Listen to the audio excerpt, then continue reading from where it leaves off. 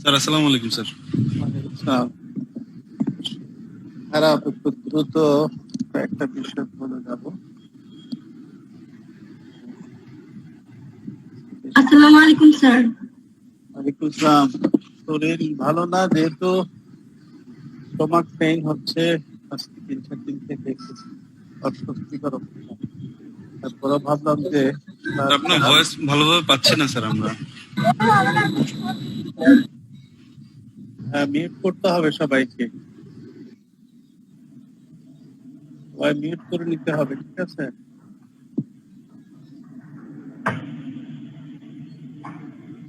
সবাই মিউট করে নিছেন? হ্যালো? ইয়েস স্যার, মিউট করলে কথা কিভাবে বলবো স্যার?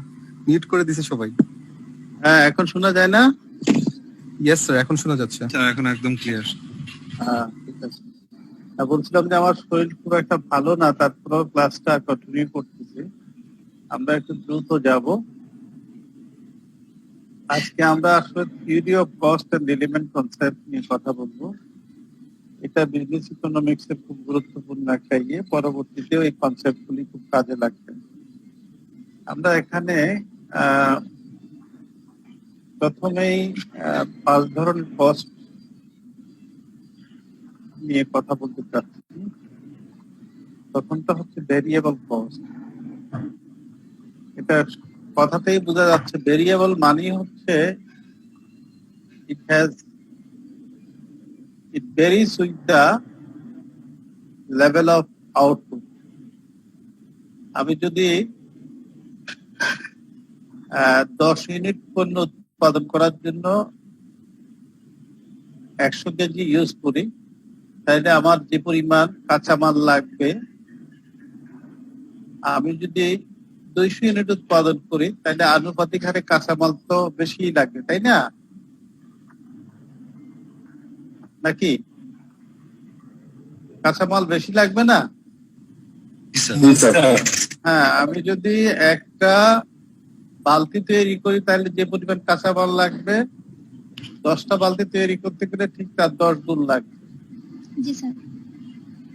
এখন বলা হচ্ছে যে এই যত বেশি পরিমাণ পণ্য উৎপাদন করব, এটা চেঞ্জ হয়ে যাবে, ভেরিয়েবল কস্টটা চেঞ্জ হয়ে যাবে। কিন্তু যে কারখানায় আমি এটা উৎপাদন করি, একজন লোক কাজ করলে হয়তো একটা বালতি বা 2টা বালতি তৈরি করতে পারবে প্লাস্টিকে, কিন্তু 10 জনে কাজ করলে সম পরিমাণ জায়গার মধ্যে, একই লাইটের নিচে, একই ফ্যানের নিচে, একই ফ্লোরের মধ্যে যদি কাজ করে একজন সুপারভাইজারের অধীনে, তাহলে সেক্ষেত্রে কিন্তু কস্ট আমার জাম্প করবে না। কারণ হলো, একজনকে সুপারভাইজ করতে গেলেও যদি একজন ভালো টেকনিক্যাল সুপারভাইজার থাকে, 10 জনকে সুপারভাইজ করতে গেলেও একজনেই কিন্তু করে, তাহলে একজনের বেতনেই কিন্তু আমি 10 জনকে সুপারভাইজ করতে পারবো। সুতরাং ওই ক্ষেত্রে কস্টটা ফিক্সড কস্ট থাকে। অথবা যদি আমি বলি যে কারখানা যদি আমি ভাড়া নেই, এটা যদি 10,000 স্কোয়ার ফিট হয়, আমার উৎপাদন ক্ষমতা যদি 1000 ইউনিট পর্যন্ত করা যায়, আমি 1000 ইউনিট পর্যন্ত করলেও কিন্তু আমার ভাড়া সমানে দিতে হবে। 100 ইউনিট করলেও ভাড়া সমানে দিতে হবে। আমার দারোয়ানের বেতন দিতে হবে, আমার ওই যে এনার্জি কস্ট যেগুলি হয় এগুলিও কিন্তু আমার সবই ফিক্সড।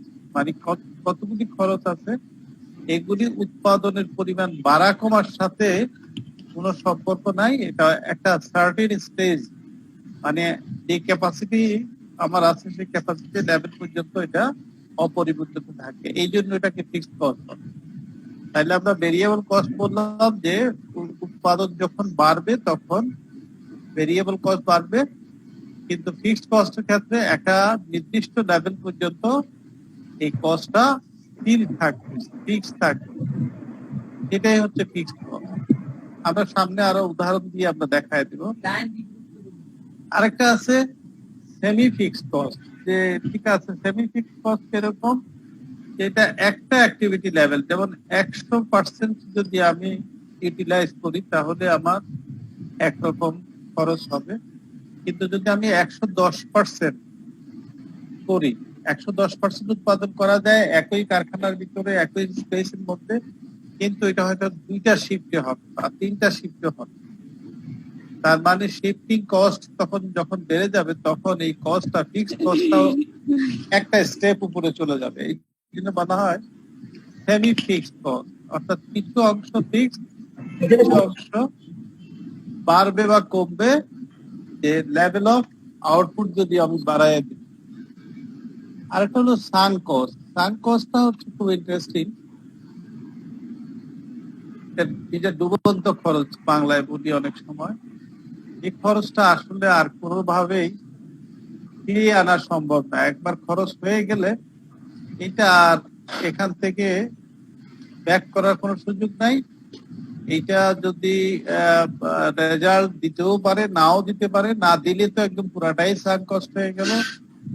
হ্যাঁ, এই জন্য বলা হয় যেমন cost of production in inventory that cannot be sold and fixed assets that are no longer usable.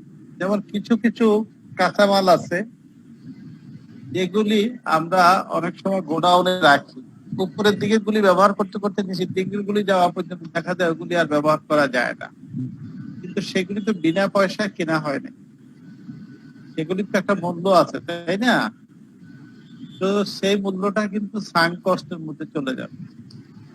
আবার কিছু মেশিনারি আছে যে মেশিনারিজ গুলি দেখা গেল যে আমি কিনলাম, কেনার পরে দেখা গেল যে আমি এই উদ্দেশ্যে, যে অটোমেশনের উদ্দেশ্যে অথবা আমার প্রোডাকশনে ব্যবহার করলে আমি ডেইলি 1000 ইউনিট বাইর করার কথা, সেখানে আমি 500 বের করতে পারছি না। অর্থাৎ মেশিনটা চাইনিজ অথবা এমন মডেলের মেশিন যে আমি দেখে নিয়ে আসছিলাম সবকিছু কনফিগারেশন ঠিক ছিল, কিন্তু বাস্তবে সেটা সে পরিমাণ রেজাল্ট দিচ্ছে না। সুতরাং আমার ইতিমধ্যে এটা কেনা হয়ে গেছে, লেনদেন হয়ে গেছে। এই যে মেশিনটার পরিবর্তে আমি যখন নতুন একটা মেশিন পাঠাইতে হবে, তাহলে পুরাতন মেশিনটা আমার কি হবে? নতুন, but it is not required, it is not usable. সুতরাং এটাও কিন্তু সাঙ্ক কস্টের একটা উদাহরণ হিসেবে থাকছে।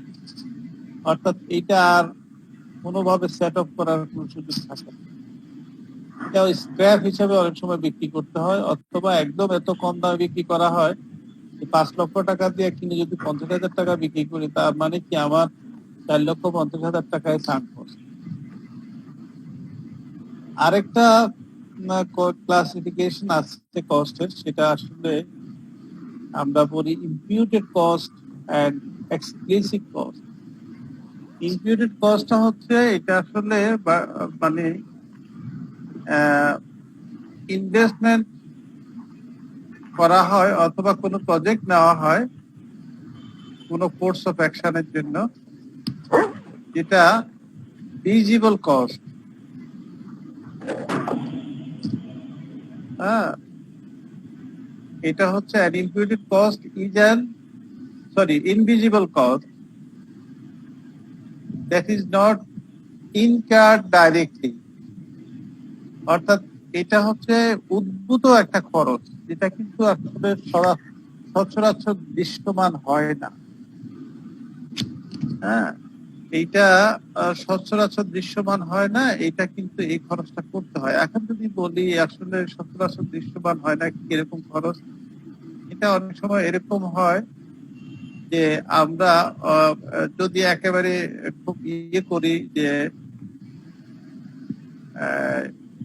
ঘুষের টাকা দিয়ে টেন্ডারের কাজ পাওয়া গেছে, হ্যাঁ, কস্টটা কিন্তু ওখানে আছে, হিডেন কস্ট। এটাকে বলা হয় ট্রানজাকশন কস্ট অনেক সময় এরকম। হ্যাঁ, এটা যদি আমরা একটা খারাপ উদাহরণ এরকম দিই আর কি, তার মানে আমি কিন্তু 10 কোটি টাকার একটা প্রজেক্ট আমার টেন্ডারে আমি পাইছি, কিন্তু এই কাজটা পাইতে হয়তো আমার 50 লক্ষ টাকা খরচ, but it is also a cost for me. আমি 50 লক্ষ টাকা তো কোথাও বইতে দেখাইতে হবে, বা না দেখাইতে পারলেও এটা কোথাও না কোথাও অ্যাডজাস্ট করতে হবে। অনেক সময় ইম্পিউটেড কস্টটা এরকম।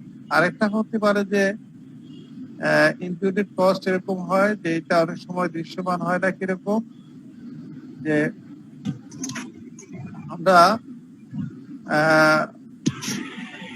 মানে মনে হচ্ছে যে আমাদের কারখানাটা ভালো চলছে, ঠিক আছে, কারখানাটা ভালো চলছে, কিন্তু কারখানার ভিতরে যারা কর্মচারী কোনো না কোনো ভাবে সীসা জাতীয় কোনো কাজের সাথে তারা জড়িত, তারা কিন্তু একটা পর্যায়ে গিয়ে তারা অসুস্থ হয়ে পড়ে এবং এই অসুস্থতার দায়ভার কিন্তু আলটিমেটলি এখন কারখানা আইন অনুযায়ী মালিককে নিতে হয়।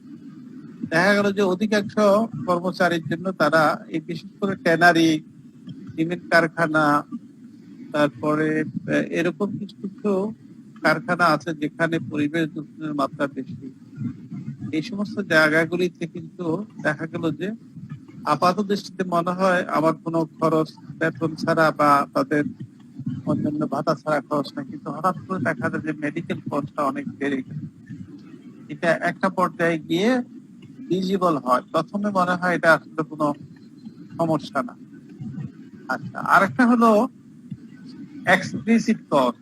এক্সপ্লিসিট কস্ট এটা বোঝায় যায় যে যেটা প্রকাশিত, এক্সপ্রেস অথবা যেটা প্রকাশ্য দেখা যায়। এখন এক্সপ্লিসিট কস্টটা হলো সোজা বাংলায় যেটা আমরা বলি যে আমি একটা ব্যবসা কিনলাম বা কত টাকা ইনভেস্টমেন্ট করলাম, কত টাকা আমি লেনদেন করলাম, কত টাকা আমি দিয়ে এটা কাগজপত্রে বাউসারে আমি দেখাইয়া আমার অডিটের জন্য ঠিক করে রাখলাম, এটা হচ্ছে এক্সপ্লিসিট কস্ট। এক্সপ্লিসিট কস্টটা আর হলো ইমপ্লিমেন্টেড কস্টটা, দুটোর মধ্যে পার্থক্য তো একটা প্রকাশিত আর একটা অপ্রকাশিত, একটা পরে দেয়া এটা খবর হয়। আর এক্সপ্লিসিট এটা সবসময় নোন কস্টের মধ্যে পড়ে। এখন এখানে আরেকটা কনোটেশন আছে, ইমপ্লিমেন্টেড কস্ট ইজ অনেক সময় এটাকে বলা হয় এটা ইমপ্লাইড, এটা এক্সপ্লিসিটটাকে আমরা বললাম এক্সপ্রেসড কস্ট। ইমপ্লাইড কস্ট মানে হচ্ছে এটা অপরচুনিটি কস্ট, ইমপ্লাইড মানে ইনক্লুডেড কস্টটাকে আবার এটা অপরচুনিটি কস্ট বলা হয়। যে আমি আসলে এক জায়গায় ইনভেস্টমেন্ট না করে আরেক জায়গায় করলাম, যদি আমি যেখানে করি নাই সেখানে 11% আমার লাভ হয় আর যেখানে করেছি সেখানে 10% লাভ হয়, তাহলে আমার অপরচুনিটি কস্ট কিন্তু এখানে 1%। I forgot, opportunity cost loss, এখানে বলা হয় অপরচুনিটি কস্ট লস, তার মানে বেনিফিট লস হচ্ছে 1%। এটাই অপরচুনিটি। আমি যদি যেই কাজটা, যে সুবিধাটা নেওয়ার জন্য আরেকটা সুবিধা আমি ফরগো করলাম এবং দেখা গেল যে এই ফরগো করার কারণে, ওটা ছেড়ে দেওয়ার কারণে আমার লাভের পরিমাণ কম হয়েছে, কিন্তু এটা অনেক সময় ছাড়তে হয় কি জন্য? আমি এখন কন্ট্রাক্টর হিসাবে 100 কোটি টাকার কাজ করার টেন্ডারে যদি অংশগ্রহণ করি, কিন্তু আমার যদি সরঞ্জাম না থাকে আমি সেই কাজটা কিন্তু আলটিমেটলি কমপ্লিট করতে পারবো না। সেখান থেকে দেখা যাবে যে লাভ আমার কিন্তু সেই পরিমাণে যদি আমি হিসাব করি যে লাভ বেশি দেখা যাচ্ছে, কিন্তু আলটিমেটলি কাজ করতে গিয়ে আমি সেজন্য আমি 50 কোটি টাকার এবিলিটি আছে, আমি ওই পরিমাণ কাজ যদি নিই তাহলে সেখানে আমার 10% রিয়াল লাভ হবে। এই ক্ষেত্রে বলা হয় যে তুমি 100 কোটি টাকাটা নিয়ে যদি ম্যানেজমেন্ট করতে পারতা বা সবকিছু করতে পারতা তাহলে সেক্ষেত্রে তোমার লাভটা বেশি হইতো, তুমি এটা করো না। এরকম কেউ কেউ আবার কখনো কখনো রিয়েল এস্টেটে তার করে ইনভেস্টমেন্ট করে, কেউ তার ব্যবসায় ইনভেস্টমেন্ট করে। রিয়েল এস্টেটে ইনভেস্টমেন্ট করলে একরকম লাভ হয়, আবার যদি আদার্স সেক্টরে চলে যায়, যেমন নর্মাল বিজনেস যেটা ট্রেডিং বিজনেস বা ম্যানুফ্যাকচারিং বিজনেসে চলে যায়, তাহলে সেখানে আরেকরকম লাভ। এখন এই যে কনসেপ্ট গুলির পরে আমরা যেটা আসছি যে আসলে ফিক্সড কস্ট এবং ভেরিয়েবল কস্টের মধ্যে পার্থক্য পরীক্ষা থাকে যে হয় শর্ট আকারে থাকে অথবা ডিফারেন্স থাকে। এখানে আমরা একটা ম্যাট্রিক্স ফর্মে এই পার্থক্যটা দেখানোর চেষ্টা করছি। ভেরিয়েবল কস্ট এখানে বলা হচ্ছে change in proportion with the output, অর্থাৎ মোর আউটপুট মোর কস্ট। আর cost per unit unchanged in relation to output, কস্টটাও কিন্তু প্রতি ইউনিটে অপরিবর্তিত থাকে, অর্থাৎ প্রথম ইউনিটে যা লাগছে দ্বিতীয় ইউনিটে তাই লাগছে এবং টোটাল অ্যামাউন্টে গিয়ে একরকম ইউনিটে গিয়ে আরেক রকম। ফিক্সড এর ক্ষেত্রে টোটালে আনচেঞ্জ, কিন্তু পার ইউনিটে কমে যায়।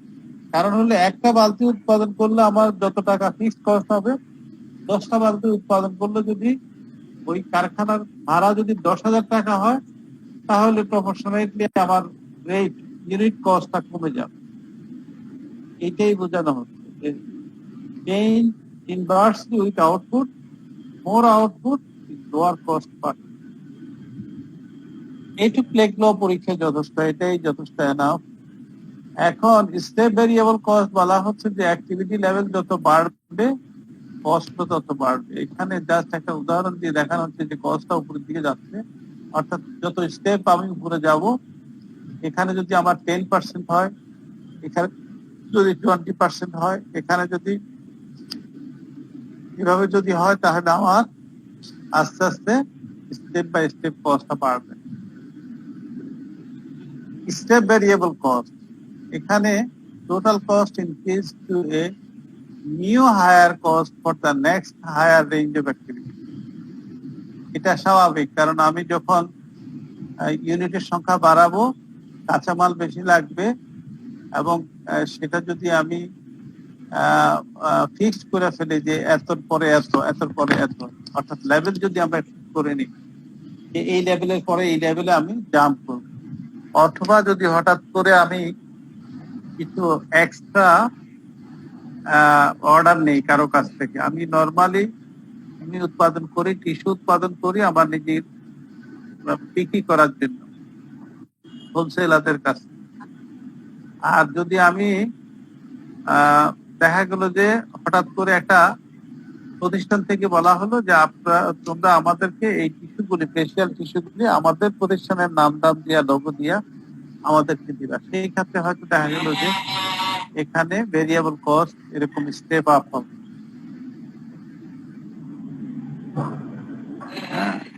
স্টেপ ফিক্সড কস্টের একটা উদাহরণ এখানে দেওয়া হয়েছে যে office space is available at a rental rate of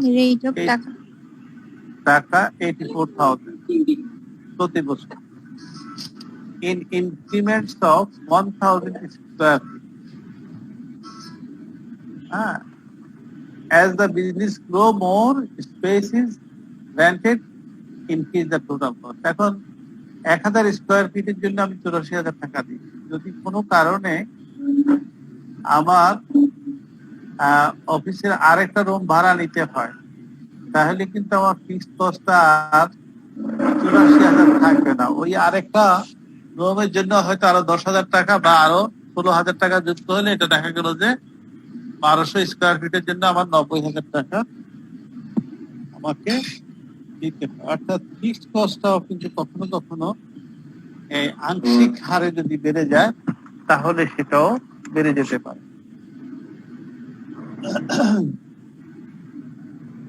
step fixed কস্টের এখানে উদাহরণ দেওয়া হচ্ছে 30,000, 60,000, 90,000 এইভাবে। আমি স্কোয়ার ফুট যত বাড়াবো, আমার জনবল যত বাড়াবো, আমার অফিসের স্পেস যত বাড়াবো, তত আমার ফিক্সড কস্টটা বেড়ে যাবে। এবং এখানে বলা হচ্ছে সেমি ভেরিয়েবল কস্ট, অর্থাৎ একটা অংশ ফিক্সড কস্ট, ঠিক আছে, ফিক্সড কস্ট কিছু অংশ আছে প্রতিষ্ঠানের, এই টেলিফোন বিল, গাড়ি জ্বালানি, অফিস ভাড়া, কর্মচারীর বেতন, এগুলি সব সময় কিন্তু মোটামুটি প্রত্যেক মাসে একই রকম থাকে। বছরের শেষে হয়তো কিছু বাড়ে কমে সামান্য, কিন্তু মোরাললেস এটা একই রকম থাকে। এখন এখানে টোটাল ইলেকট্রিসিটির একটা কস্ট দেওয়া হচ্ছে। ইলেকট্রিসিটি বিলটা কিন্তু কি হয়, যদি সরকার রেট না বাড়ায় এবং আমি যদি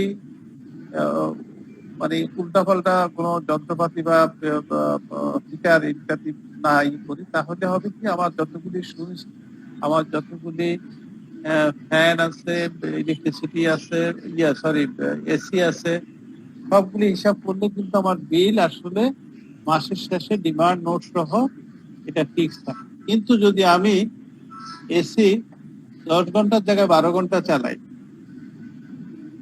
অথবা যদি আমার ওভার টাইম পিরিয়ডে যেটা ওই সময়টাও যদি আমি এসি বা অন্যান্য লাইট ইউজ করি, তাহলে কিন্তু দেখা গেল যে এটা আস্তে আস্তে অনেক সময় সেমি ভেরিয়েবলের দিকে চলে যায়। অর্থাৎ অ্যাক্টিভিটি যদি বাড়ে, এটার সাথে যদি ইউজও বাড়ে, তাহলে কিন্তু ভেরিয়েবিলিটি চলে আসে, আদারওয়াইজ এটা কিন্তু ফিক্স থাকে।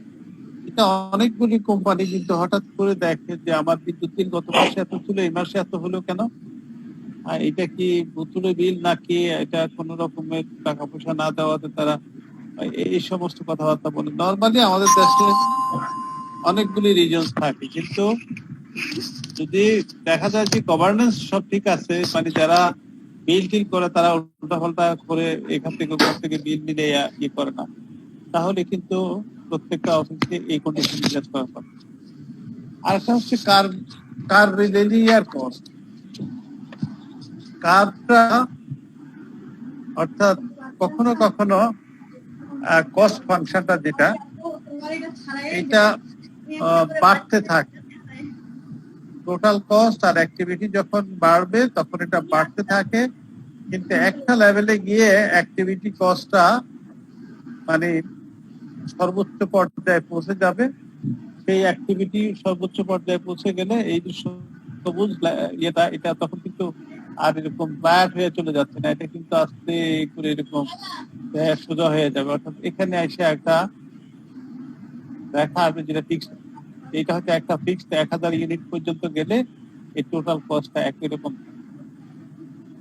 এখন এই জিনিসটা খুব গুরুত্বপূর্ণ, এটা অনেক সময় পরীক্ষায় থাকে, cost volume profit relationship.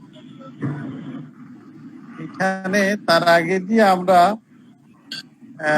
Cost volume profit relationship দেখানোর আগে আমরা টোটাল রেভিনিউ এবং টোটাল কস্ট এই দুইটার যেই, এটাকে অনেক সময় টার্গেট কস্টিং বলা। অর্থাৎ আগেই একটা কস্ট ক্যালকুলেশন হয়, হয়ে আমার আসলে কত লাভ হবে, কত পার্সেন্ট লাভ হবে, এটা সংখ্যায় অথবা পার্সেন্টেজে প্রকাশিত করে সিদ্ধান্তটা নেয়। এটা অনেক সময় নতুন কনসেপ্ট আপনি কস্টের মধ্যে, যে টার্গেট কস্টিং, আমি কত সেল করব, কত কস্ট করবে, আমার লাভ কত হবে। এই জন্য total revenue minus total cost is equal to profit. এই প্রফিটটা কিন্তু দুই রকম, একটা হলো নর্মাল প্রফিট, আর হচ্ছে অ্যাবনর্মাল বা সুপার নর্মাল প্রফিট। নর্মালটা যেটা, এটা হচ্ছে যে যেটা অন্যান্য ব্যবসা প্রতিষ্ঠান বা সচরাচর অন্য যারা ব্যবসায়ী আছে তারা যা করে, তারাও 10% করে, আমিও 10, 11, 10.5 এরকম মধ্যে আমি আছি। তার মানে হলো এটা নর্মাল প্রফিট হতে পারে। অর্থাৎ minimum amount required to keep business in a particular line of production. অর্থাৎ অন্যরা যা করে আমিও তাই করি, অন্যরা যে পরিমাণ লাভ করে আমিও সেই পরিমাণ লাভ করি, এবং আমার ইনভেস্টমেন্টের উপরে এই পরিমাণ লাভটা আমার জন্য সহনীয় বা আমার জন্য ঠিক আছে, এইটা নর্মাল প্রফিট। ঠিক আছে, অর্থাৎ এখানে কোনো অ্যাবনর্মাল আইটেম বলতে হঠাৎ করে আমার 1 খণ্ড জমি আছে, আমি এটা বিক্রি করে দিলাম, এটা কিনেছিলাম 10 বছর আগে 10 লাখ টাকা দিয়ে, এটা এখন 20 কোটি টাকা দামে বিক্রি করলাম, 300 গুণ বা 3000 গুণ এখানে দাম লাভ হয়ে গেল। এই লাভটা কিন্তু নর্মাল প্রফিটের সাথে অ্যাবনর্মাল বা সুপার নর্মাল প্রফিট হয়ে যাবে। কাজেই খেয়াল রাখতে হবে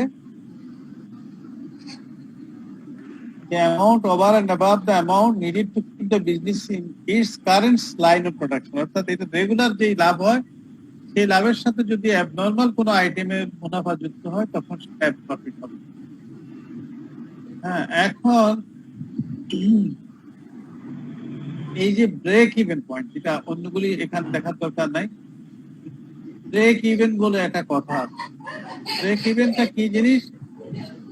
রেভিনিউ এবং sir excuse me sir, abnormal ওই প্রফিটটা যদি আরেকবার একটু বলতেন, আমি একটু স্কিপ করে গেছি, সরি স্যার। অ্যাবনর্মাল প্রফিটটা হচ্ছে আমি রেগুলার বিজনেস থেকে আরো 10 জনের যা ব্যবসা করে লাভ করে আমি তাই করি। গত বছর 10%, সেই বছর হয়তো 10.5% বা 11% হয়েছে, কিন্তু হঠাৎ করে 30% লাভ আইটেম থেকে আমার লাভটা আসতো কিনা, পুরাতন কোনো জিনিস বিক্রি করলাম, অথবা আমার কোনো সম্পদ ছিল যে সম্পদটা কম দামে কিনছি, এটা এখন বেশি দামে বিক্রি করছি, সুতরাং আমার বইতে কস্ট প্রাইস দেওয়া ছিল, অর্থাৎ ক্রয় মূল্য দেখানো ছিল জি 10 লাখ টাকা, কিন্তু সেটা বিক্রি করলাম 3 কোটি টাকা। 3 কোটি টাকা। এটা অনেক, হ্যাঁ অনেক বেশি, তাই না? জি জি স্যার। এটাই অ্যাবনর্মাল প্রফিট হবে। Okay sir, thank you sir. অথবা যেটা হলো, অথবা এটাও হতে পারে অ্যাবনর্মাল প্রফিট, সেটা হলো যে কালোবাজারি করে আজকাল যেটা মানে কোন পণ্যের দাম বাড়ায় দিয়া আমি মুনাফা করলাম। আমি গত বছর করলাম 10%, এই বছর এসে আমি 35 বা 40% লাভ করলাম ওই পণ্য থেকে। জি স্যার। ওই পার্টিকুলার মানে অ্যাবনরমাল প্রফিটের ক্ষেত্রে সবসময় প্রফিটের পরিমাণটা বেশি থাকে নরমালের থেকে, তাই তো? নাকি কম হতে পারে? এভারেজ প্রফিট মানে মাছ ভেরিয়েশন হয়। আচ্ছা হাই লেভেল ভেরিয়েশনটা। আচ্ছা sir, okay sir, thank you. Volume profit যেটা আমরা ব্রেক ইভেন থেকে দেখি, এটাকে বলা হয় সিবিপি অ্যানালাইসিস। এটা ইম্পর্টেন্ট ফর ইউর এক্সাম। সিবিপিটা কি? সিবিপি হচ্ছে কস্ট ভলিউম প্রফিট অ্যানালাইসিস, অর্থাৎ আমি কত উৎপাদন করব, আমার কস্ট কত, আমার মুনাফা কোথা থেকে আসবে, এই তিনটার মধ্যে একটা সমন্বয় করা। এখন এটা কেন করা হয়? Study of the effects of change in cost and volume on a company's profit. মানে আমি যদি ভলিউম বাড়াই, ভলিউম বিক্রি বাড়াই, তাহলেও কিন্তু আমার মুনাফার পরিমাণ বাড়তে পারে। আবার যদি আমি কস্ট কমায়া দিই, তাহলেও কিন্তু আমার মুনাফার পরিমাণ বাড়তে পারে, তাই না? আমি আগে যে কস্টে এটা উৎপাদন করতাম, এখন যদি পার ইউনিট কস্ট আমি কমায় দিতে পারি, তাহলে বাজারে কিন্তু যদি আমি আগের মূল্যেই বিক্রি করি, তাহলে আমার কি হবে? মুনাফা বেশি হবে। সুতরাং সিবিপি অ্যানালাইসিস ছাড়া তো আমি এটা বুঝতে পারবো না যে আমার কত কস্ট, কত ভলিউম আর মুনাফাটা কত। এবং এটার আরেকটা গুরুত্ব হলো ইম্পর্টেন্ট টু প্রফিট প্ল্যানিং। আমি যদি মুনাফার জন্য কোনো প্ল্যান করি, ঠিক আছে, আমার মুনাফাটা প্ল্যানিংটা কেন করা হয়? কারণ হচ্ছে যে আমি তো ব্যবসা একদিনের জন্য করতে আসি না। আমি যদি অনেকদিন এই ব্যবসার সাথে জড়িত থাকি, তাহলে আমি এখান থেকে একটা সারপ্লাস তৈরি করব, যে সারপ্লাসটা অন্য জায়গায়ও আমি ইনভেস্টমেন্ট করতে পারি। প্রফিট প্ল্যানিং অর্থ এই নয় যে আমি বেশি বেশি মুনাফা করব, বেশি বেশি মুনাফার কৌশল অর্জন করবো, না। আমার মুনাফাটা আমি অন্য কোথাও ফার্দার ইনকামের জন্য আমি সেটাকে ইউটিলাইজ করতে পারবো। আমি শেয়ার মার্কেটে ইউটিলাইজ করতে পারি, ব্যাংকে রাখতে পারি, অন্যকে লোন দিতে পারি, বাজারে বন্ড ছাড়তে পারি, আর একটা ফ্যাক্টরি খুলতে পারি, আমি আর একটা ব্যবসা প্রতিষ্ঠান খুলতে পারি। অর্থাৎ প্রফিট প্ল্যানিংটা এখানে খুব ইম্পর্টেন্ট, এই জন্য সিবিপি অ্যানালাইসিস করে। আর একটা হচ্ছে থার্ড, যেটা খুব গুরুত্বপূর্ণ, ক্রিটিক্যাল ইন ম্যানেজমেন্ট ডিসিশন। ম্যানেজমেন্টকে ডিসিশন নিতে হবে যে আমি কোন প্রোডাক্টে আমার লাভজনক, কোন প্রোডাক্টে আমার তেমন কোনো লাভ নাই, আবার কোন প্রোডাক্ট আছে আমার কিছু লস আছে, বাট কিন্তু কাস্টমাররা ওই প্রোডাক্টটা কিনতে আসে বলেই আমার অন্যান্য প্রোডাক্ট গুলিও নেয়। অনেক সময় হয় না যে কোম্পানির ব্র্যান্ড, একটা ব্র্যান্ড ভালো হলে অন্য ব্র্যান্ডের জিনিসগুলিও কিন্তু কোম্পানি বিক্রি করতে পারে। যেমন আমরা যদি বলি যে স্কোয়ারের ওষুধ, তাই না? স্কোয়ারের ওষুধ বলতে আমাদের একটা ধারণা, বা ভ্যাকসিনের ওষুধ বলতে একটা ধারণা যে এদের ওষুধ তো ভালো, এদের এখন যদি কেউ ডাক্তাররা অন্য ওষুধ লেখা দেয়, তারপরে বলে যে না আমার ভ্যাকসিন বা স্কোয়ারের ওষুধ দেন, এটা যে কোনো ওষুধ দেয়। এখন ওষুধ তো মিক্স আছে, একাধিক ক্যাটাগরির ওষুধ থাকতে পারে। তাই ব্র্যান্ডের কারণে কিন্তু দেখা যায় যে এখানে কোনো একটা পণ্য বেশি কিনে, কোনো একটা পণ্য বেশি চলে, কোনোটা কম চলে, কিন্তু আলটিমেটলি এই মিক্সটা তৈরি করার জন্য আমার একটা টোটাল মিক্স থেকে একটা প্রফিট বের হয়ে আসে। মিক্সড কস্ট আর মিক্সড প্রফিট, মিক্সড ভলিউম থেকে আসে। তারপরে হলো maximising use of production facility. আমি যদি যে সমস্ত সুযোগ সুবিধাগুলি আছে, কারখানার গোডাউন থেকে শুরু করে কারখানার জনবল, তারপরে কাঁচামাল, আমি যত কম বের করতে পারবো, অর্থাৎ ম্যাক্সিমাইজিং দ্য প্রোডাকশন ফ্যাসিলিটিস বলতে আমার যত রকমের ইনস্ট্রুমেন্টাল সাপোর্ট আছে সবগুলিকে যদি আমি হিউম্যান রিসোর্স সহ ভালোভাবে কাজে লাগাইতে পারি, তাহলে আমার কস্ট সেভিংসটা হবে, আমার প্রোডাকশন এফিসিয়েন্সি বাড়বে, আমার ভলিউম যেটা বাজারে ফিনিশ গুডস আকারে আসবে সেখানে ডিফেক্টিভ কম থাকে। তারপর হলো সেলিং প্রাইস। আমাকে কিন্তু একটা বাজারে যে মূল্যে বিক্রি করবো এটা কিন্তু একটা মূল্য নির্ধারণ করতে হয়, কারণ আমি একা শুধু বাজারে না, আরো কিন্তু কম্পিটিটর আছে। সুতরাং কম্পিটিটর যদি সেই ট্যাবলেটটার দাম 16 টাকা রাখে, আমি যদি সেটা 14 টাকা রাখি, তাহলে দুই রকম প্রতিক্রিয়া হতে পারে। একটা হতে পারে যে আমারটা মানুষ কম দাম দেখে মনে করতে পারে যে এটা বোধ ভালো নাও হইতে পারে।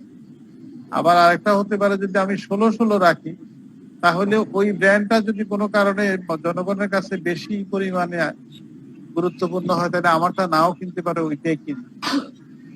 তো সেই ক্ষেত্রে এখানে সেলিং প্রাইসটা অনেক কিছু বিবেচনা করে চিন্তা করতে হবে। আমি আসলে কত উৎপাদন করব এবং কি মূল্যে বিক্রি করব, এবং সেই মূল্যের জন্য আমার কাস্টমারদেরকে ধরে রাখার জন্য আমাকে কিভাবে এই মূল্যটা ফিক্স করে বাজারে ছাড়ব।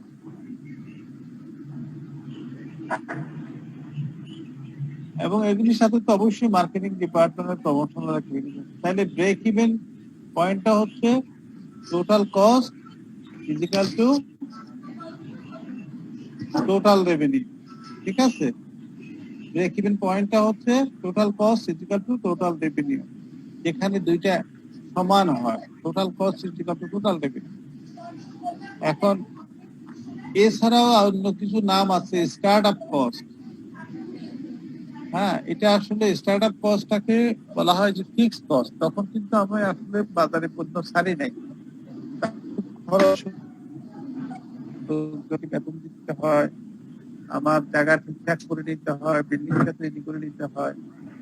এরপরে হলো রানিং কস্ট। রানিং কস্টটা আসলে অনেক সময় এটাকে ভেরিয়েবল কস্ট হিসেবে বিবেচনা করা হয়। এখন রেভিনিউ স্ট্রিমটা নির্ভর করে কিসের উপরে, আমি কত প্রাইস চার্জ করলাম, আমি কি লো প্রাইসে বিক্রি করছি না হাই প্রাইসে বিক্রি করছি।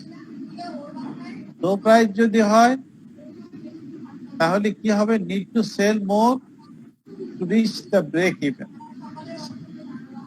কারণ আমি যদি রেভিনিউ টার্গেট ঠিক করি, তাহলে আমার ওই রেভিনিউ টার্গেটে পৌঁছতে হলে আমাকে কম দামে যদি হয়, আমার যদি প্রতি ইউনিটের দাম 10 টাকা হয়, আমার যদি 10 লাখ করতে হয়, রেভিনিউ আর্ন করতে হয়, তাহলে আমার 1 লাখ ইউনিট বিক্রি করতে হবে। আর যদি হাই প্রাইস হয়, তাহলে সেই ক্ষেত্রে আমাকে লোয়ার লেভেল অফ সেলস, মানে সংখ্যা যদি আমি কম বিক্রি করি, তাহলে আমার ব্রেক ইভেনে পৌঁছে যেতে পারবে। অর্থাৎ ওখানে যদি আমার 20 টাকা হয়, তাহলে আমার 50,000 ইউনিট উৎপাদন করলেই কিন্তু আমি 10 লাখ টাকা চলে যেতে পারবো। তার মানে হলো ইউনিট প্রাইস ইজ ইম্পর্টেন্ট। এটা কি লো প্রাইস হলো না হাই প্রাইস হলো, এটার সাথে ব্রেক ইভেনের টোটাল রেভিনিউ এবং টোটাল কস্ট একটা কম্পারিজন। এখন এই যে কস্ট কথাগুলি বলি, কস্টের আসলে একটা বিহেভিয়ারাল সাইড আছে। বিহেভিয়ার বলতে কস্ট কিন্তু বাড়ে কমে, এটা রিয়্যাক্ট করে,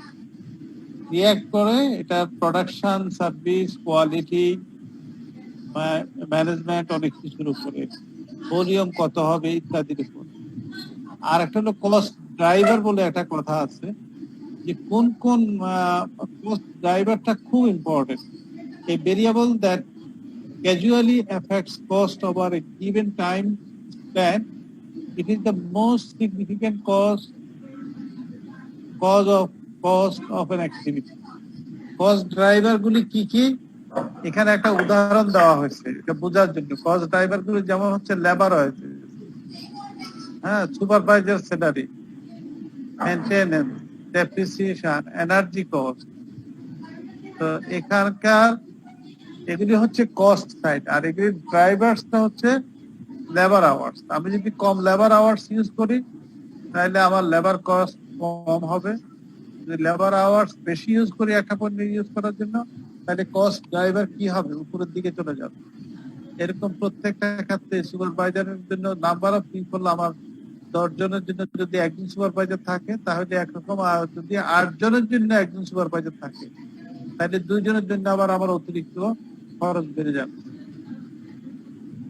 কস্ট ড্রাইভারের জাস্ট উদাহরণ দেওয়ার জন্য এটা বুঝাইলাম।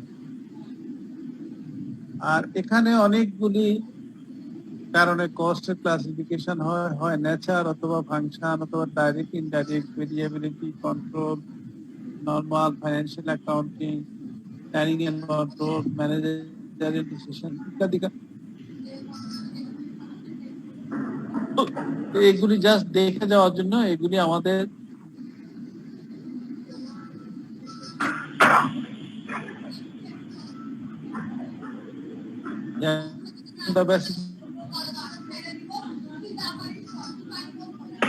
deferred revenue cost, historical cost, predetermined cost ইত্যাদি ইত্যাদি। সো এগুলি হচ্ছে come in cost cost unit, cost apportionment, cost reduction, cost control. আর কতগুলো কস্টিং কন্ট্রাক্ট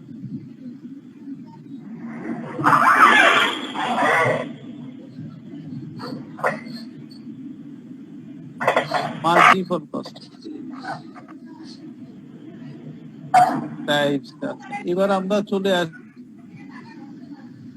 এটা আমাদের দরকার নাই, এটা দরকার। Difference between accounting and economic পরীক্ষা থাকে।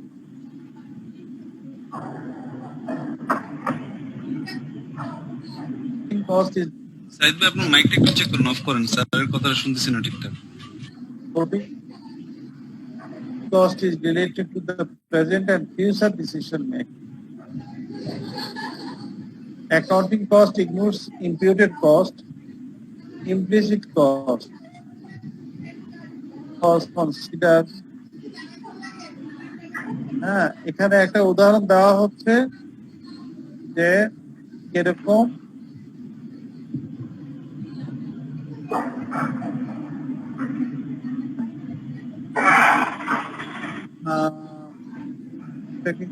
বলবো না, 1 million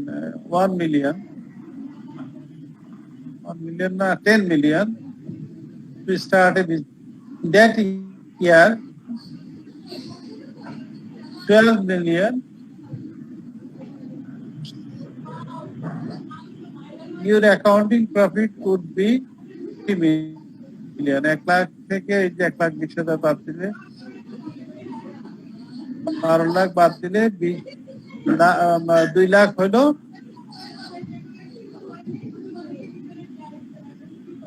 Say that they have earned an income of টাকা 45 had you been employed. আমি প্রথমটা বললাম যে ইনভেস্টমেন্ট করে আমি পাইছি, ঠিক আছে না, হয়ে যেতাম কোথাও, তাহলে আমার সেই 45,000 বোঝা যাচ্ছে না। কেন? জি স্যার, কথা কাটা কাটা আসতেছে। আমি তো শুনতে পাচ্ছি, কিন্তু বাতাস অর্থাৎ যে কোনো ব্যবসায় যদি নিজে খাটলে হয় কি, নিজের খাটনির যে মূল্যটা সেটা যদি সে না ধরে তাহলে কিন্তু এখানে ইকোনমিক কস্টটা ইগনোর করা হয়।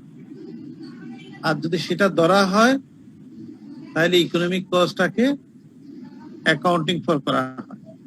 এখন আমার ব্যবসার মধ্যে আমি খাটলাম, আমার বেতন কিন্তু 45 লক্ষ টাকা, আমি যদি না নেই তাহলে অ্যাকাউন্টিং প্রফিটে কিন্তু আমার সেটা আসবে না, কারণ সেখানে তো আমি বেতন ধরি নেই আমারটা। ইকোনমিক কস্ট সেটা কনসিডার করার পরে দেখা গেল যে আমার আসলে প্রকৃত অর্থে ইকোনমিক লস হয়ে গেল এখানে অ্যাকাউন্টিং কস্টের ক্যালকুলেশনে 25 লক্ষ টাকা। তার মানে হলো যে কোন ব্যক্তি সব রকমের কস্ট বিবেচনা করবে,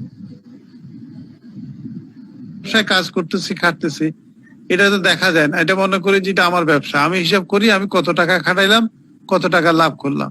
তা আমি নিজে যে খাটলাম সেইটা যদি আমি অন্য জায়গায় চাকরি করতাম, তাহলে সেটাও তো আমাকে এখানে হিসাব করতে হবে। এটাই এইখানে উদাহরণ দিয়ে দেখানো হচ্ছে। এখন অ্যাকাউন্টিং প্রফিট বলতে কি বোঝায়, ইকোনমিক প্রফিট কি, এগুলি আমরা আর আলোচনা করতে চাচ্ছি না। এখানে সুপার প্রফিট যেটা এক্সট্রা সারপ্লাস ভ্যালু, এটাও টেকনোলজিক্যাল ইনোভেশন অ্যাডভান্সমেন্ট এগুলির কারণে সুপার নরমাল প্রফিট হয়। অপারেটিং সারপ্লাস এটা একটু আমাদের জানার দরকার। ইকোনমিক সারপ্লাস দুইটা জিনিস কি জিনিস। অপারেটিং সারপ্লাস হচ্ছে an estimated measures of a firm's operating cash flow based on data from the firm's income statement. Income statement and calculated by looking at earning before the deduction of interest expenses, taxes and depreciation and amortization. তার মানে হলো কতগুলি খরচ বাদ দেওয়ার আগে একটা operation, business operation. আমি যদি ধরেন আপনারা যদি এখন জুতার কারখানা করেন, ঠিক আছে, জুতার কারখানা করলে আমরা অপারেটিং কস্ট একরকম বের করব, আর অন্যান্য কিছু খরচ আছে যে খরচগুলি আলাদাভাবে। যেমন আমি যদি লোন নেই, লোনের ইন্টারেস্ট দিতে হয়। আমার যদি মুনাফা হয়, মুনাফার জন্য ইনকাম ট্যাক্স দিতে হয় বা কর্পোরেট ট্যাক্স দিতে হয়। আবার যদি আমার ডেপ্রিসিয়েশন মেশিনারি থাকে, ফার্নিচার থাকে, আমার ডেপ্রিসিয়েশন দিতে হয়। আমি যদি লিজহোল্ড প্রপার্টিতে ব্যবসা করি, সেখানে অ্যামোর্টাইজেশন কস্ট। এই কস্টগুলি কিন্তু কোনোভাবে আমার পণ্য উৎপাদন বেচাকেনা, এই যেগুলি বাদ দিয়ে মুনাফা ক্যালকুলেশন করা হয়, সেটাকে বলা হয় অপারেটিং সারপ্লাস বা অপারেটিং ইনকাম। অপারেটিং সারপ্লাস অথবা অপারেটিং ইনকাম একই রকম। আর এই যে লাল দাগের যেই লাল কালিতে লেখা খরচগুলি বাদ দিলে এটা নেট ইনকাম বের হবে। ঠিক আছে, এখন এখানে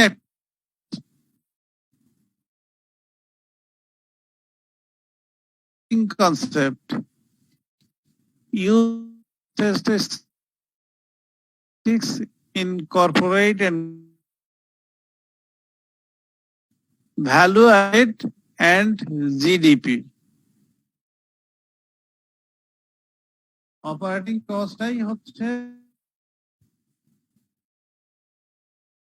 বা জিডিপির অংশ হিসাবে এটা সংযুক্ত হয়, আর অন্য খরচগুলি interest expenses, tax, depreciation, amortisation এগুলি কিন্তু বাদ যায়। এগুলি বাদ দিয়েই কিন্তু অপারেটিং ইনকাম বা অপারেটিং অথবা জিডিপি অথবা ভ্যালু অ্যাডেড এগুলি বের করা হয়। আর ইকোনমিক সারপ্লাস যেটা, এটা আসলে ওয়েলফেয়ার ওরিয়েন্টেড। ইকোনমিক সারপ্লাস বলতে মানুষের মনের সুখ, এটা কি পরিমাপ করা যায়? আমার মনে অথবা সমাজে কি পরিমাণ শান্তি আছে,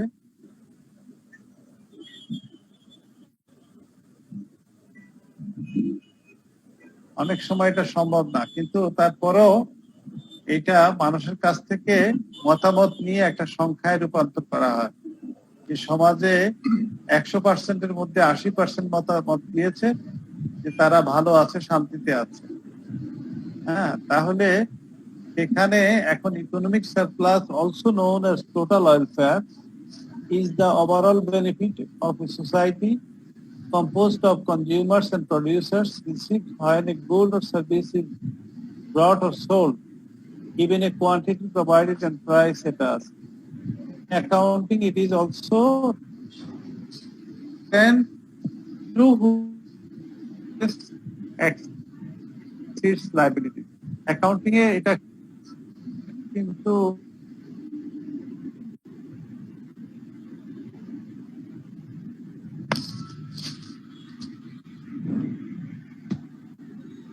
সাথে মানুষ ডিসস্যাটিসফ্যাকশনের পরিমাণ যদি বেশি হয়, তার মানে হলো এটা লায়াবিলিটি। এখন ওই যে গতকাল না পরশু দেখলাম 10 কোটি টাকা দিয়ে একটা ব্রিজ বানাইছে, বলতো যে এটা কোনো কাজে লাগতেছে না। তাহলে সেটা কি হলো? লায়াবিলিটি হয়ে গেল না সোসাইটির জন্য। এই সমাজের ট্যাক্সের টাকা দিয়ে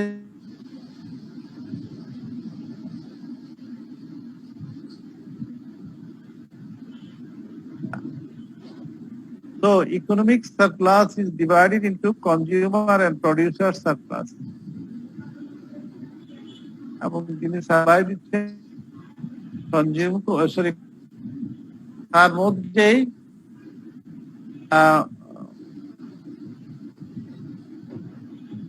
ডিভিশনটা হয়, কে মাইনাস করলে একটা থেকে আরেকটা থেকে মাইনাস করলে কনজিউমার থেকে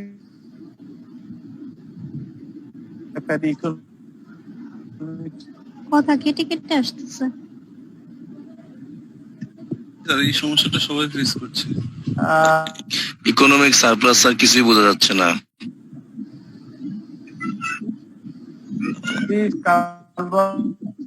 সমস্ত অ্যাসেট গুলি তৈরি করে, সেটার থেকে আসলে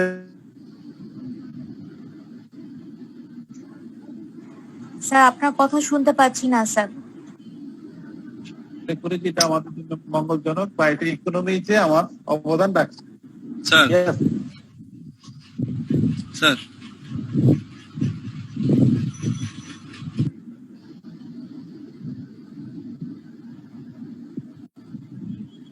এই স্লাইডটা পুরো আনক্লিয়ার।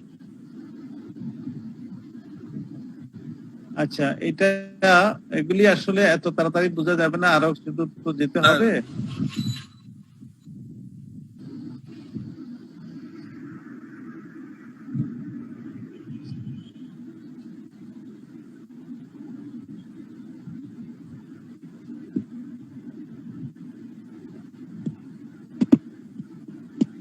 বুঝতে পারছি কি, আরো কোন প্রশ্ন আছে?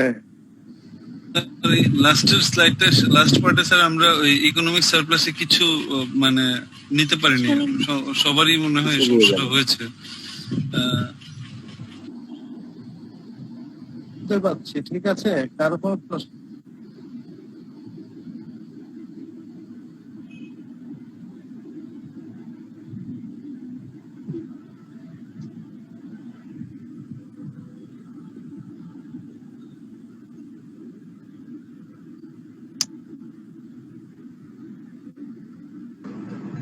স্যার আপনাকে ঠিকমতো শোনা যাচ্ছে না সম্ভবত। ইকোনমিক স্যার আপনি কি শুনতে পাচ্ছেন স্যার আমাদের স্যার? স্যার আপনার কথাগুলো সম্পূর্ণ কেটে কেটে আসছে স্যার, আমরা আপনার কথা বুঝতে পারছি না।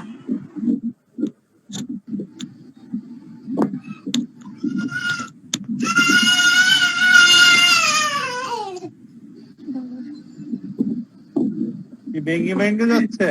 স্যার মানে লাস্ট স্লাইডের আমরা লাস্ট হাফ কিছু শুনতে পাই নাই স্যার। আর এই যে গত 2 মিনিট ধরে যা বললেন তাও পাই নাই স্যার। ও তাহলে কারণটা কি? আমি তো এখানে ক্লিয়ার দেখতে পাচ্ছি। আচ্ছা, ভ্যালু অ্যাডেডটা বলি। হচ্ছে এখানে স্যার আবার একই অবস্থা স্যার। আমার তো নেট ঠিক আছে। আপনাদের কোনো মনে হয় নেটওয়ার্কেই সমস্যা করছে, সবার কথাই ভেঙে ভেঙে আসছে।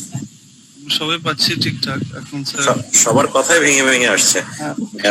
Network issue. আপনাদের কথাও কিছুটা ভেঙে ভেঙে এখন ক্লিয়ার স্যার, এখন বলেন স্যার। আমার কথা কি বাকি সবাই পাচ্ছেন? জি ভাই, জি জি আপনার কথা ক্লিয়ার আছে স্যার। তাহলে এখন আমি স্যার এখন আপনার ভয়েস ক্লিয়ার স্যার। এখন ঠিক আছে। এখন ভ্যালু অ্যাডেড বা ইকোনমিক ভ্যালু অ্যাডেড একই বলা হচ্ছে। Value extra features of an item of interest. এখন এটা সার্ভিস পার্সন যে কোনো কিছুর সাথে হতে পারে, that go beyond the standard expectation and provide something more.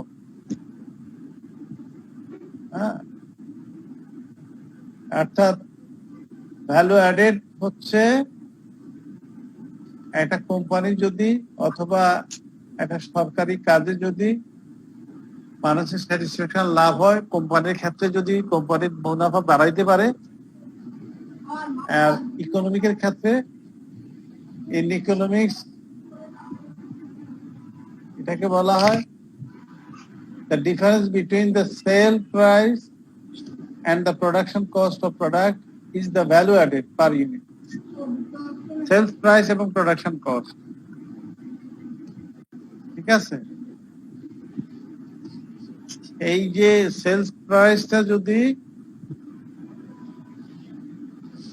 Production cost থেকে বেশি হয় এবং সেটা যদি ইউনিট দিয়ে ভাগ করা হয়, তাহলে পার ইউনিট ভ্যালু অ্যাডেড কত হলো সেটা বের হয়।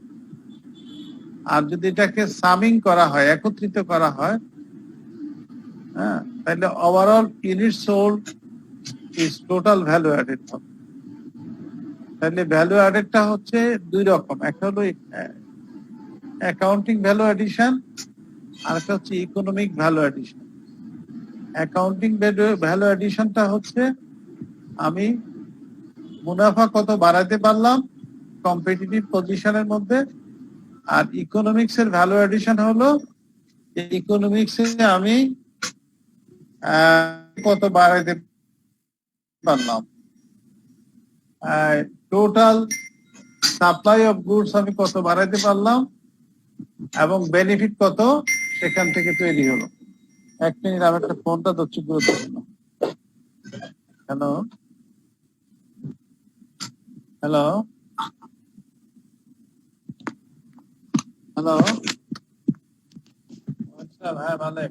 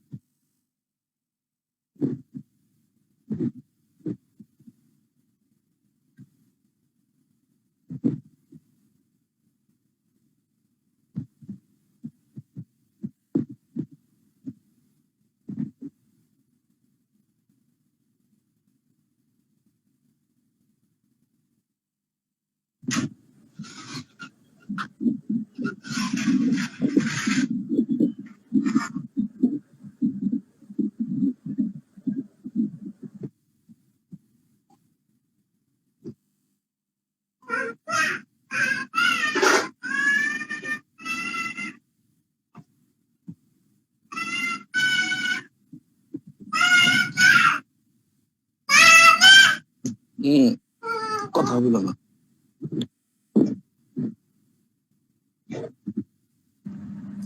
স্যার কি নাই? স্যার একটা ফোন করলে সম্ভবত একটু ব্যস্ত। আচ্ছা, আমাদের এই ক্লাসটা কয়টা পর্যন্ত হবে? 10টা? ক্লাসটা 10টা পর্যন্ত।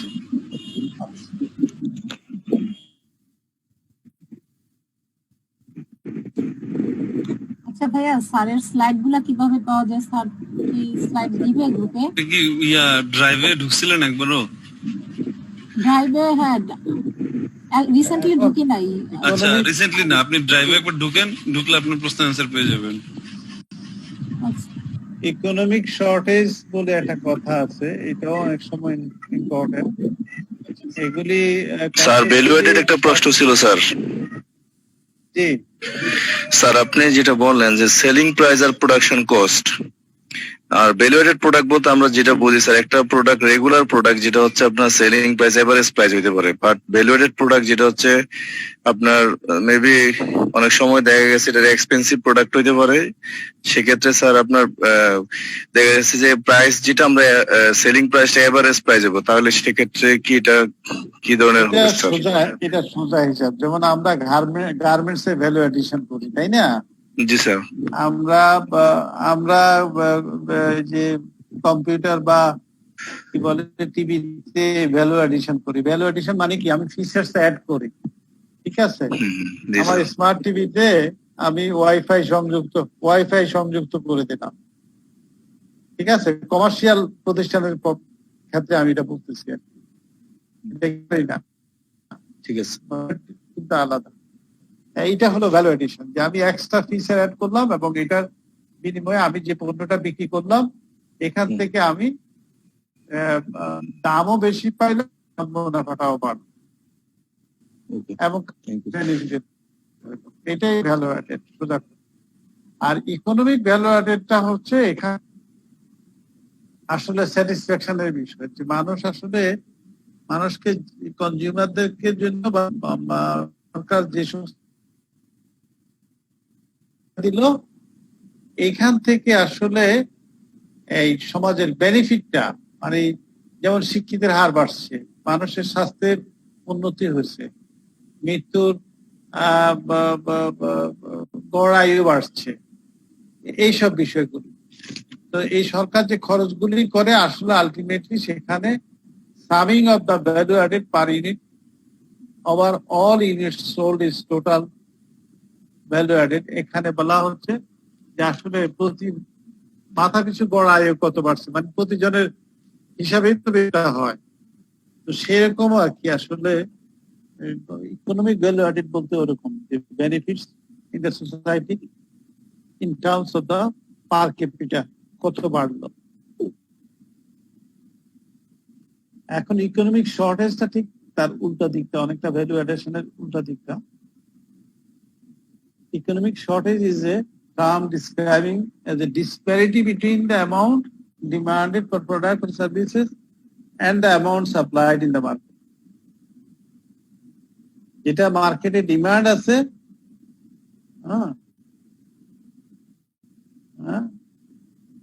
ডিসপ্যারিটি মানে এটার যে ব্যবধানটা, অর্থাৎ demand for a goods or service and the amount supplied in the market. এখন যদি ডিমান্ডটা বেশি থাকে, সাপ্লাইটা কম থাকে, তাহলে ইকোনমিক শর্টেজ তৈরি হয়। এটা সরকারের ক্ষেত্রেও হতে পারে, বেসরকারি ক্ষেত্রে হতে পারে। সরকারি ক্ষেত্রে হতে পারে যে মানুষ অনেক কিছু চায়, যে মানুষ সিটি কর্পোরেশনের এরিয়াতে বর্জ্য ব্যবস্থাপনা থেকে শুরু করে রাস্তাঘাট, মানে মশা ইত্যাদি ইত্যাদি নানান রকম অনেক কিছু। আবার ব্যবসায়ের ক্ষেত্রে যদি আমরা বলি যে মানুষ কিন্তু হাজির বিরিয়ানি, যদি আমরা সংক্ষেপে বলি, এখন তো হাজির বিরিয়ানি তো আপনারা কেউ খান কিনা জানি না, একটা সময় হয়তো হাজির বিরিয়ানি সন্ধ্যার সাথে সাথে শেষ হয়ে যেত, আর তারা দ্বিতীয় ব্যক্তি আর মানুষ। হ্যাঁ, এখন টেস্ট ডাউন, কোয়ালিটি খারাপ স্যার। হ্যাঁ, এখন অনেক জায়গায় করে ফেলছে, তো এত হাজি হয়ে গেছে যে সব হাজিরা কিন্তু আর ভালো থাকে না, একজনই ভালো। তো এরকম আর কি, অর্থাৎ এইখানে স্পেসিফিক্যালি এই শর্টেজ occurs when there ডিমান্ডটা সবসময় বেশি থাকে কিন্তু সাপ্লাই সাইডটা সেটা মিট করতে পারে না। তো সাপ্লাই সাইড যখন মিট করতে না পারে তখনই কিন্তু আলটিমেটলি এই ইকোনমিক শর্টেজটা তৈরি হয়। এটা কিন্তু আলটিমেটলি বেসরকারিতেও শর্টেজ হলেও কিন্তু দেশের জন্য অসুবিধা হয়, কারণ দেশের নাগরিকরা কিন্তু যে সমস্ত পণ্য বা সেবা কর্ম বেসরকারি লেভেল থেকে পায়, এটা হাসপাতাল থেকে শুরু করে আমরা যদি কোভিড সার্ভিসের কথা বলি, তাহলে কিন্তু এখানে ইকোনমিক শর্টেজ তৈরি হয়েছে। অর্থাৎ সরকার অপরচুনিটিস তৈরি করতে করতেই কিন্তু অনেক লোকের ডিমান্ড ছিল হাসপাতালে গিয়ে সেবা নেওয়া, কিন্তু সেটা করতে করতে অনেক সময় লেগে গেছে, বা এখনো পুরোপুরি যদি আমাদের এই দেশে মানে ইনফেকশনের হার অনুযায়ী যদি হাসপাতালে বেশি লোকের ব্যবস্থা করতে হতো, তাহলে কিন্তু এই শর্টেজটা অনেক বেড়ে যেত এবং এতে করে ডিমান্ড এবং সাপ্লাইয়ের মধ্যে অনেক ব্যবধান থাকার কারণে এই ইয়ে হতো।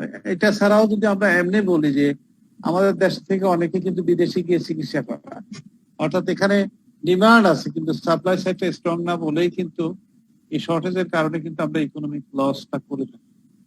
সুতরাং ভ্যালু অ্যাডেডে যেরকম এক্সট্রা বেনিফিট হয়, এখানে কিন্তু আমাদের একটা লস্ট অফ অপরচুনিটিস থাকে। এখানে আরেকটা কথা আছে, in most cases a shortage will compel firms to increase the price of a product until it reaches the market equilibrium. যখনই দেখা যায় যে এরকম ডিমান্ড বেশি আছে, হ্যাঁ, সাপ্লাই কম, তখন তো অটোমেটিক্যালি যিনি মানে বিক্রেতা সে কিন্তু দাম বাড়ায় দেয়, মানে দাম বাড়ায় দেয় ইকুইলিব্রিয়ামে পৌঁছার আগ পর্যন্ত সে কিন্তু বেনিফিটটা অর্থাৎ রেভিনিউটা সে কিন্তু মার্কেট থেকে তুলে নেয়। তো এখানে হাউএভার এক্সটার্নাল ফোর্সেস, যেটা আমরা বলি যে পার্মানেন্ট শর্টেজ থাকতে পারে, আবার টেম্পোরারি শর্টেজ থাকতে পারে, আবার প্রাইসটাকে বাড়ানোর ক্ষেত্রেও কিন্তু অনেক সময় একটা আনব্যালেন্স তৈরি হয়ে যেতে পারে যে প্রাইস বাড়ানো যাবে না। তো এই সমস্ত কারণে কিন্তু ইকোনমিক শর্টেজ গুলি তৈরি হয়। একটা হলো সাপ্লাই ডিমান্ড নন ম্যাচ করলে, আর একটা হলো ডিমান্ড আছে কিন্তু সাপ্লাই রেস্ট্রিক্টেড হয়ে আছে, সেক্ষেত্রে প্রাইস উপর দিকে যাচ্ছে এবং প্রাইস বেড়ে যাওয়ার কারণেই কিন্তু অনেকেই সুবিধা থেকে বঞ্চিত হচ্ছে, সেখানে ইকোনমিক শর্টেজ তৈরি হচ্ছে এবং একটা আনব্যালেন্স সাপ্লাই ডিমান্ডের মধ্যে তৈরি হয়ে যায়। ইকোনমিক শর্টেজ মানে হচ্ছে the unbalance between supply and demand including price. আবার একটা আছে ফলস শর্টেজ, ভেরি ইন্টারেস্টিং জিনিস। ফলস শর্টেজটা কি? False shortage is a form of artificial scarcity. এটা তো আমরা বুঝতেই পারি যে আর্টিফিশিয়ালি একটা ক্রাইসিস তৈরি করে দেয়, তৈরি করে দিয়ে এখানে ডিমান্ড ক্রাইসিস তৈরি হয়, অর্থাৎ সাপ্লাই না দিয়ে ডিমান্ড বাড়ায় দিয়া দামের ইয়ে হয়, স্কারসিটি হইয়া দাম বেড়ে যায়। দাম বেড়ে যায়, এই ধরনের অবস্থাটাকে বলা হয় মানে ফলস শর্টেজ। যেরকম আমরা ওই যে বলি না যে ফলস নেগেটিভ, কোভিড টেস্টের মধ্যে পজিটিভ এবং negative, false negative false positive আসতে পারে। এরকম অনেক সময় দেখা যায় যে সিস্টেমের কারণে এই ঘটনাগুলি ঘটতে পারে। সিস্টেম যদি ডেভেলপ না থাকে, সিস্টেম যদি ইনপ্লেস না থাকে, তাহলে এই আর্টিফিশিয়াল স্কারসিটি বা একটা আর্টিফিশিয়াল শর্টেজ সেখানে তৈরি হতে পারে। আচ্ছা, ওয়েলফেয়ার ইকোনমিক্স, যেটা আমার মনে হয় দরকার নাই, এগুলি আমাদের দরকার নাই। ইকোনমিক্স অফ স্কেল, এটার দ্বারা কি বোঝায়? ইকোনমিক্স অফ স্কেল বলতে বোঝায় যদি আমি বেশি উৎপাদন করি তাহলে আমার ইউনিট কস্টটা কমে যাবে, কারণ হলো ফিক্সড কস্ট তো কমে যাবে, ভেরিয়েবল কস্ট যদিও ঠিক থাকে ফিক্সড কস্ট কমে যাবে। সুতরাং আমি 100 জায়গায় যদি 1000 করি তাহলে আমার ইউনিট কস্ট কমে গেলে আমি বাজারে বেশি জিনিস কম দামে বিক্রি করতে পারবো। এবং এটা দুই ভাবে হতে পারে, এক্সটার্নাল ইকোনমিক্স এর কারণে হতে পারে, আবার ইন্টারনাল ইকোনমিক্স এর কারণে হতে পারে। এক্সটার্নাল কি জন্য? এক্সটার্নাল হচ্ছে the cost per unit depends on the size of the industry, not the farm. মানে সাইজ অফ দ্য ইন্ডাস্ট্রি বলতে এখন সিমেন্ট কারখানা অনেকগুলি আছে, ঠিক আছে, সবাই উৎপাদন করে, সার কারখানা অনেকগুলি আছে, সবাই উৎপাদন করে। আর ইন্টারনাল ইকোনমিক্স হচ্ছে cost per unit depends on the size of the individual firm. হ্যাঁ, size of the individual firm. এখন বেক্সিমকো আর স্কোয়ার পৃথিবীর প্রায় 40-45টা দেশে, এখন সম্ভবত শতাধিক দেশে পণ্য তারা রপ্তানি করে। তার মানে হলো একটা কোম্পানি কিন্তু বিশাল মার্কেট তৈরি করে আছে।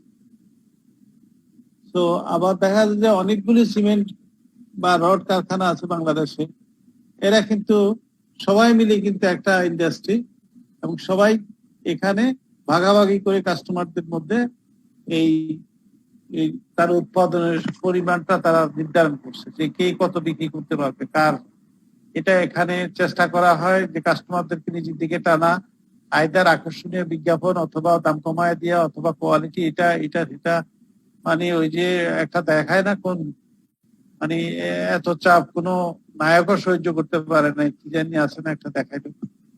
তো এরকম আর কি, মানে এরকম মানে মানুষকে বিভিন্ন ভাবে বিজ্ঞাপন দিয়ে বা প্রমোশনাল অ্যাক্টিভিটিস দিয়ে আকর্ষিত করে তার দিকে নিয়ে যায়। স্কেলটা এই জন্য দুই রকম, ইন্টারনাল এবং এক্সটার্নাল হতে পারে। তারপরে হচ্ছে আমরা economies of scope, scale and স্কোপের মধ্যে দুইটা পার্থক্য আছে। স্কেলটা বলছে যে সংখ্যা যত বাড়বে তত আমার ইউনিট কস্ট কমে যাবে, আমি বাজারে যদি বিক্রি করতে পারি কম দামে তাহলে আমার মুনাফাটা বেশি হবে, রেভিনিউ আর্নিং বেশি হবে। আর স্কোপটা হচ্ছে যে এটা total cost of production decrease as a result of increasing the number of different goods produced. হ্যাঁ, আমার স্কোপ থাকতে হবে, আমি একই রকমের চাহিদা পূরণ করার জন্য আমি বিভিন্ন রকমের জিনিস, আমি বাজারে কিন্তু প্যান্টের কাপড় বিভিন্ন রকম পাওয়া যায়, জিন্সও পাওয়া যায়, জ্যাকেটও বিভিন্ন রকম পাওয়া যায়। যদি আমি স্কোপটা বাড়ায় দিই যে কাস্টমাররা কোন ধরনের জিনিস পছন্দ করবে, কে কোন ধরনের পণ্য, দুইটাই একই রকম চাহিদা মিট করে, তিনটা পণ্য তিনটাই একই রকম চাহিদা মিট করে। হ্যাঁ, এটা পোশাকের ক্ষেত্রে হতে পারে, এটা খাবারের ক্ষেত্রে হতে পারে, বিভিন্ন জিনিস।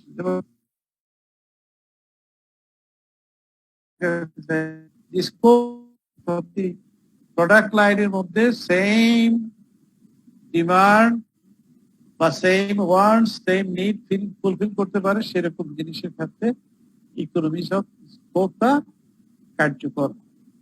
এখানে উদাহরণ আছে, আমি উদাহরণগুলি বলতে চাই না। তো এই পর্যন্তই আজকে আমাদের, আমরা একটু ক্লাসে যাব অন্য একটা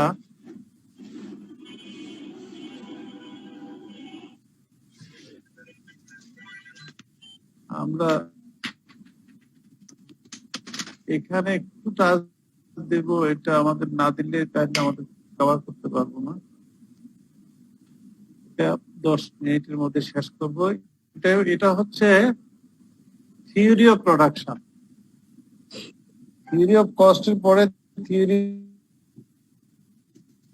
এখানে আসলে প্রোডাকশন বলতে ফ্যাক্টরস অফ প্রোডাকশন কি, প্রোডাকশন ফাংশন, তারপর শর্ট এবং লং রান প্রোডাকশন, এই জিনিসগুলি এখানে আসবে। প্রোডাকশন আসলে ডিফাইন করা হয় creation or addition of utility. প্রোডাকশনের আসলে মূল সংজ্ঞাটা হচ্ছে বোঝায় আসলে আমরা কোন পণ্য বা সেবা কর্মের মানুষের কাছে উপযোগিতা তৈরি করতে, এক ধরনের ভোগ করার জন্য তার একটা আকর্ষণ বা প্রোডাকশন, একটা মানে ইটস এ ক্রিয়েশন। এই ক্রিয়েশনটা মানে ভিত্তিটা হচ্ছে, অন্যভাবে যদি আমরা বলি কাজ না থাকলে মানুষের কাজ নাই, গুরুজন করো।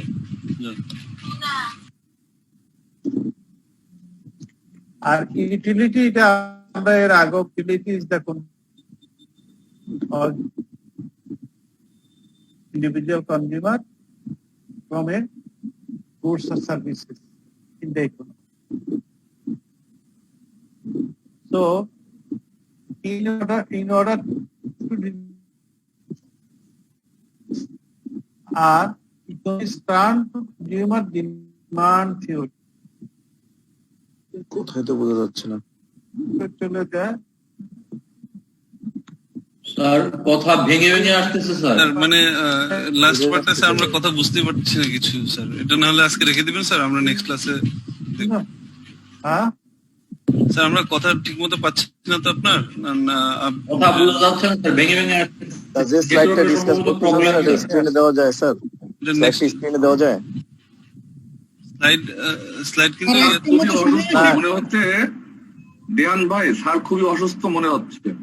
আমরা স্যার তাহলে আমরা নেক্সট আজকে ক্লাসটা এই পর্যন্ত থাক স্যার, আমরা সামনের সপ্তাহ করবো, সামনের দিন করবো স্যার। আচ্ছা ঠিক আছে, তাহলে প্রোডাকশন নিয়ে আমরা নেক্সট ক্লাসে কথা নেক্সট ক্লাসে স্যার। জি স্যার।